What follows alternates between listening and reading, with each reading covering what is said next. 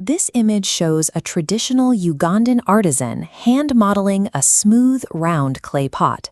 For centuries, shaping a continuous, curving wall on a wheel or by hand has been the standard method for container making. But look at the man in this image, holding a perfectly rectangular, sharp-edged clay brick. Earth can be built with flat sides and hard corners, completely independent of the round wheel. Constructing geometric shapes out of clay is called slabbing. You roll out flat, even sheets, similar to making chapati, and then cut and join those pieces to build structural forms. Think of it as carpentry with clay. Before you start building, you have to test your local soil to ensure it is actually clay rather than just mud. You do this by rolling a small piece of wet soil into a snake shape. If it bends fully without cracking, you have the plasticity needed to build. This diagram reveals what happens if you skip the wedging phase. Wedging is kneading the clay to remove trapped air pockets. If pockets remain, the trapped air rapidly expands as heat is applied in the kiln, fracturing the material and destroying your piece. A structurally sound container requires perfectly prepared, air-free material from the very start. Skipping the wedging step guarantees structural failure. Once the clay is wedged, you use a smooth bamboo pipe and a wooden board to roll it flat. You are aiming for a uniform sheet, roughly the thickness of your finger.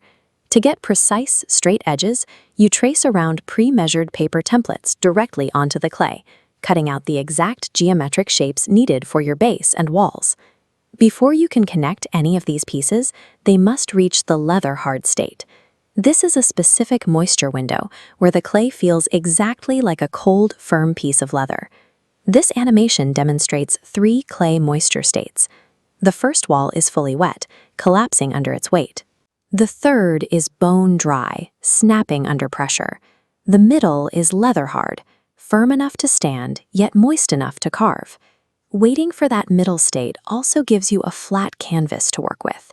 You can press deep, repeating patterns into the individual walls while they lie flat on the table, long before you attempt to assemble them into a 3-dimensional shape. Look closely at the rough, repeating grid texture on these harvested maize cobs.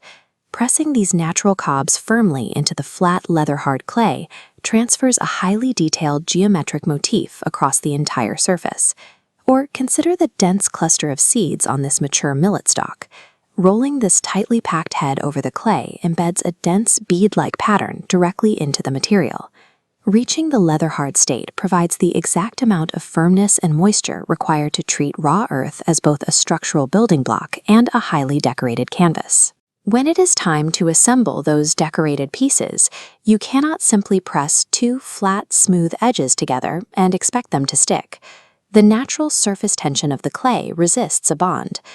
This animated cross-section shows exactly why an unprepared joint fails. As the moisture indicator drops and the pieces dry, the clay naturally shrinks. The smooth, flat edges have nothing to grip, so they detach and pull completely apart. So how do we physically lock these 2 shrinking pieces of earth together before they dry out completely? The solution starts with scoring. You use a needle tool to scratch deep, jagged crosshatch marks into both facing edges. This creates an interlocking network of teeth. Next comes the slip. You can see the thick liquid filling those jagged marks. Slip is a mixture of water and clay, acting as a liquid glue. When you press the 2 edges firmly together, the teeth and the liquid slip fuse. The slip fills every gap and dries into a solid matrix, joining the corners seamlessly. The score and slip technique is the core engineering mechanic in pottery. It provides the necessary grip for flat sheets of earth to defy gravity and maintain complex architectural forms.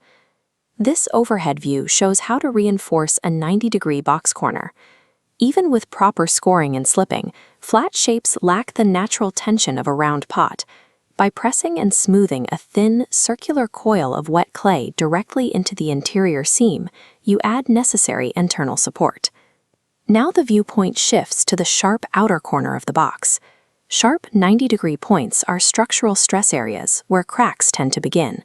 You relieve that stress by taking a damp sponge and slightly curving or softening the harsh outer edge. Finally, the assembled piece needs to dry evenly. If one side sits in direct sunlight while the other stays in the shade, the resulting uneven moisture loss will warp the walls. Covering the entire box loosely with a plastic bag ensures uniform evaporation. This summary table lists the 4 strict rules of slabbing. Number 1, wedge out all air. 2, wait for the leather hard state. 3, score and slip every joint. And 4, control the drying environment. For detailed step-by-step techniques and resources on testing local materials, visit the Yaka Digital Network. By following these exact rules, you eliminate the risk of cracking and collapsing. You master the control of moisture and structure, turning basic flat sheets of earth into mathematically precise functional art.